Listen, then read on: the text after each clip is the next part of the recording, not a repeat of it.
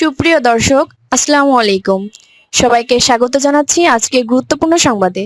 প্রথমে জানিয়ে দিচ্ছি সংবাদ শিরোনাম, পরে বিস্তারিত। জানিয়ে দেব এই মুহূর্তে হাতে পাওয়া সর্বশেষ গুরুত্বপূর্ণ আপডেট আন্তর্জাতিক সংবাদ। শুরুতেই থাকছে যেভাবে মার্কিন নিষেধাজ্ঞার প্রতিশোধ নিতে পারে ইরান।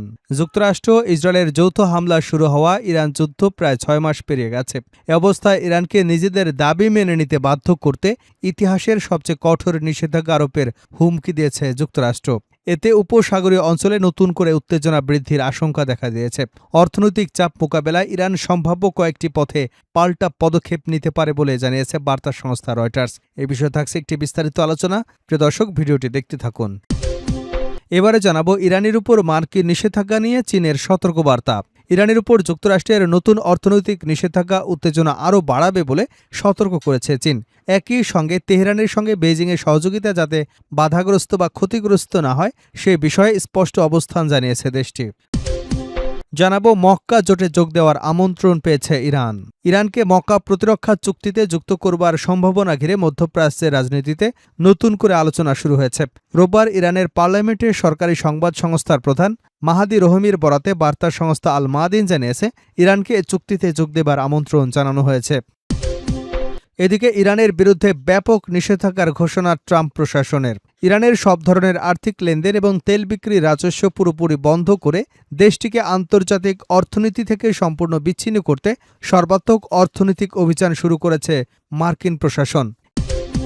এবারে থাকছে 5 আইআরজিসি কমান্ডারের তথ্য পেতে $1 কোটি পুরস্কার ঘোষণা যুক্তরাষ্ট্রের। ইরানের ইসলামী বিপ্লবী গার্ড বাহিনী বা আইআরজিসির 5 জ্যেষ্ঠ কমান্ডারের পরিচয় এবং অবস্থান সম্পর্কে তথ্যের বিনিময়ে সর্বোচ্চ $1 কোটি পর্যন্ত পুরস্কার ঘোষণা করেছে যুক্তরাষ্ট্র।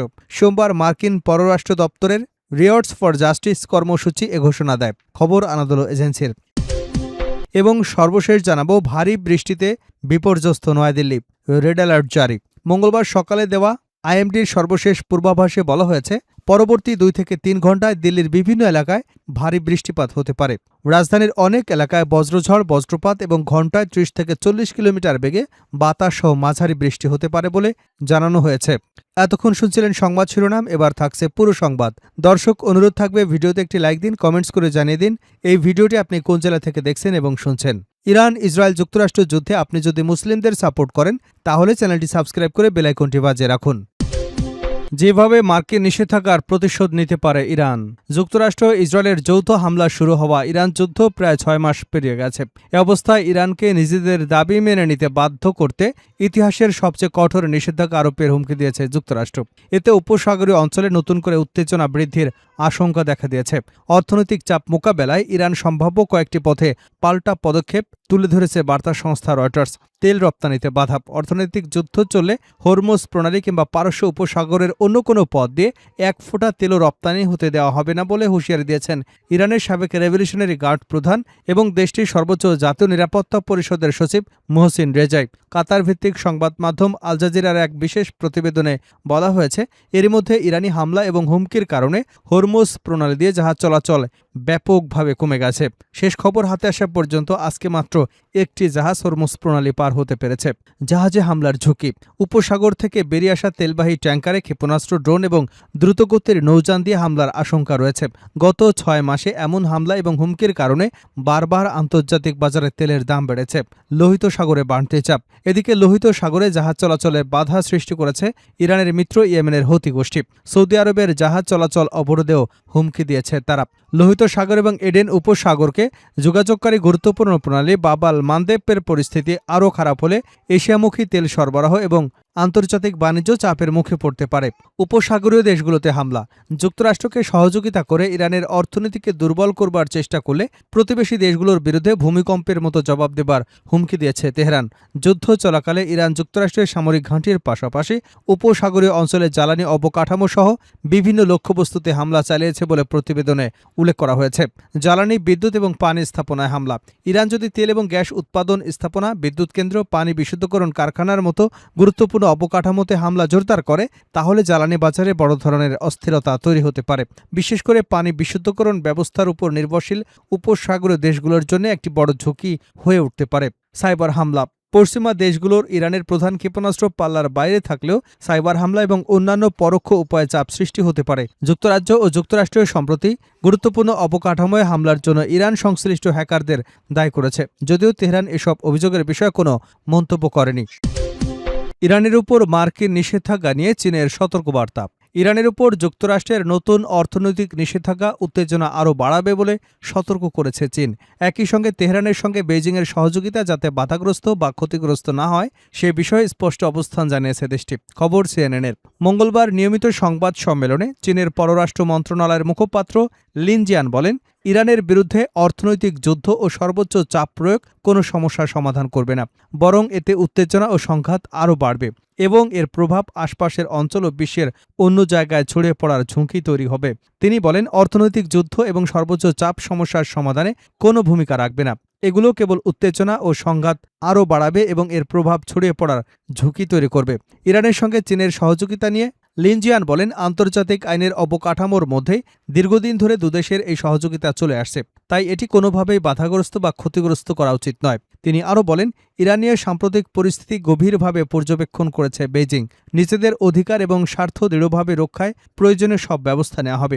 এর আগে সোমবার সকালে মার্কিন অর্থমন্ত্রী স্কট বেসেন্ট ইরান থেকে তেল কেনা দেশগুলোর বিরুদ্ধে ইকোনমিক ডিডে বা নজিরবিহীন অর্থনৈতিক অভিযান চালানোর ঘোষণা দিয়েছেন। ইরানের তেলের সবচেয়ে বড় ক্রেতা চীন। একটি বিশ্লেষণে বলা হয়েছে, 2025 সালের সেপ্টেম্বর মাসে ইরান থেকে প্রায় 3.9 থেকে 4.2 বিলিয়ন ডলারের তেল রপ্তানি হয়ে থাকতে পারে। এর সিংহভাগই কিনেছে বিশ্বের সবচেয়ে বড় জ্বালানি ব্যবহারকারী দেশ চীন। ইরানের সঙ্গে চীনের জ্বালানি সম্পর্কের পাশাপাশি হরমুজ প্রণালীও বেইজিংয়ের জন্য অত্যন্ত গুরুত্বপূর্ণ।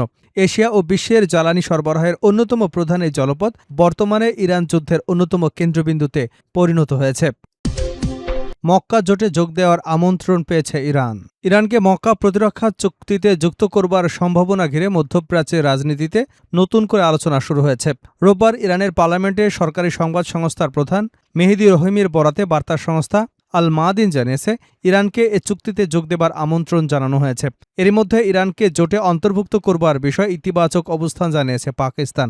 গত 12 আগস্ট মস্কোয় পাকিস্তানের রাষ্ট্রদূত ফয়সাল নিয়াজ তিরমিজি বলেন, সৌদি আরব ও তুরস্কের সঙ্গে করা পারস্পরিক প্রতিরক্ষা চুক্তিতে ইরান এবং মিশর যোগ দিলে পাকিস্তানের কোনো আপত্তি নেই। তিনি বলেন, এ চুক্তি কোনো দেশের বিরুদ্ধে শত্রুতামূলক জোট নয়, বরং এর লক্ষ্য আঞ্চলিক নিরাপত্তার একটি কাঠামো তৈরি করা। শান্তি ও স্থিতিশীলতায় প্রতিশ্রুতিবদ্ধ অঞ্চলের অন্য দেশগুলোর অংশগ্রহণকে পাকিস্তান স্বাগত জানায়। প্রভাবশালী আঞ্চলিক দেশগুলোর অংশগ্রহণ ছাড়া কোনো উন্নয়ন সম্ভব নয় বলে দাবি করেছেন নিয়াজি তিরমিজি। পাশাপাশি তুরস্কের এক কর্মকর্তা জানিয়েছেন, চুক্তিটি পুরোপুরি প্রতিরক্ষামূলক, কোনো নির্দিষ্ট দেশের বিরুদ্ধে এটি করা হয়নি।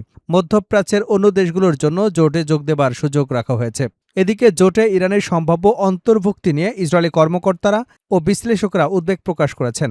ইসরায়েলি সংবাদ মাধ্যম হারেজ জানিয়েছে, ইরান এ জোটে যোগ দিলে মধ্যপ্রাচ্যের নিরাপত্তার সমীকরণে বড় পরিবর্তন আসতে পারে। তাদের শঙ্কা, ইরান যোগ দিলে জোটটির চরিত্র বদলে যেতে পারে এবং মধ্যপ্রাচ্যের নিরাপত্তা রাজনীতিতে নতুন সমীকরণ তৈরি হতে পারে। ইসরায়েল মধ্যপ্রাচ্য সম্পর্ক বিষয়ক গবেষক কেসনিয়া বলেন, ইরান চুক্তিতে যোগ দিলে জোটটির চরিত্রে মৌলিক পরিবর্তন আসবে। যুক্তরাষ্ট্র, ইসরায়েল, সংযুক্ত আরব আমিরাত সহ অন্য কয়েকটি দেশ এমন পরিবর্তন মেনে নেবে কিনা তা নিয়েও প্রশ্ন উঠেছে। এছাড়া যুদ্ধের পর তৈরি হওয়া নতুন সমীকরণ নিয়ে মার্কিন প্রেসিডেন্ট ডোনাল্ড ট্রাম্প ক্ষুব্ধ বলে তিনি দাবি করেছেন। গত 7 আগস্ট সৌদি আরব, তুরস্ক, পাকিস্তান, মক্কা একটি যৌথ প্রতিরক্ষা চুক্তি সই করেছে। ব্রিটিশ বার্তা সংস্থা রয়টার্সের প্রতিবেদনে বলা হয়েছে, চুক্তির আওতায় 3 দেশের যে কোনো একটির উপর হামলাকে 3 দেশের উপর হামলা হিসেবে বিবেচনা করা হবে। ইরানের বিরুদ্ধে ব্যাপক নিষেধাজ্ঞার ঘোষণা ট্রাম্প প্রশাসনের। ইরানের সব ধরনের আর্থিক লেনদেন এবং তেল বিক্রির রাজস্ব পুরোপুরি বন্ধ করে দেশটিকে আন্তর্জাতিক অর্থনীতি থেকে সম্পূর্ণ বিচ্ছিন্ন করতে সর্বাত্মক অর্থনৈতিক অভিযান শুরু করেছে ট্রাম্প প্রশাসন। সোমবার মার্কিন অর্থ মন্ত্রণালয় এই পদক্ষেপের আনুষ্ঠানিক ঘোষণা দেয়। একই সঙ্গে তেহরানের সঙ্গে সব প্রকার বাণিজ্যিক সম্পর্ক, তেল কেনা বন্ধ রাখতে আন্তর্জাতিক সম্প্রদায়ের উপর চাপ প্রয়োগের পাশাপাশি কঠোর হুঁশিয়ারি উচ্চারণ করেছে ওয়াশিংটন। মার্কিন অর্থমন্ত্রী স্কট বেসেন্ট এক সংবাদ সম্মেলনে জানান, অপারেশন ইকোনমিক আউটকাস্ট নামের এই বৈশ্বিক অভিযানের একমাত্র লক্ষ্য হল তেহরানকে পুরোপুরি একঘরে করে ফেলা। তিনি বলেন, আমাদের একমাত্র লক্ষ্য হল একনায়কতান্ত্রিক শাসন ব্যবস্থা টিকে থাকার প্রতিটি অর্থনৈতিক উপায় যতক্ষণ না তারা পুরোপুরি একা হয়ে পড়ে। অর্থ মন্ত্রণালয় জানিয়েছে, ইরানের তেল পাচার এবং নিষেধাজ্ঞা এড়ানোর সব গোপন নেটওয়ার্কের একটি পূর্ণাঙ্গ রূপরেখা তৈরি করা হয়েছে। এসব বাণিজ্যিক তৎপরতা পুরোপুরি বন্ধের জন্য সংশ্লিষ্ট দেশগুলোকে নির্দিষ্ট সময়সীমা বেঁধে দিয়েছে যুক্তরাষ্ট্র। এ লক্ষ্যে মার্কিন অর্থ মন্ত্রণালয়, পররাষ্ট্র দপ্তর এবং সামরিক বাহিনীর যৌথ প্রতিনিধি দল ইতিমধ্যেই বিভিন্ন দেশের কর্মকর্তাদের সঙ্গে সরাসরি বৈঠক শুরু করেছে। এছাড়া মার্কিন প্রেসিডেন্ট ডোনাল্ড ট্রাম্প নিজেও বিভিন্ন দেশের সরকার প্রধানদের সঙ্গে টেলিফোনে যোগাযোগ করে তেহরানের সঙ্গে অর্থনৈতিক সম্পর্ক ছিন্ন করবার তাগিদ দিচ্ছেন।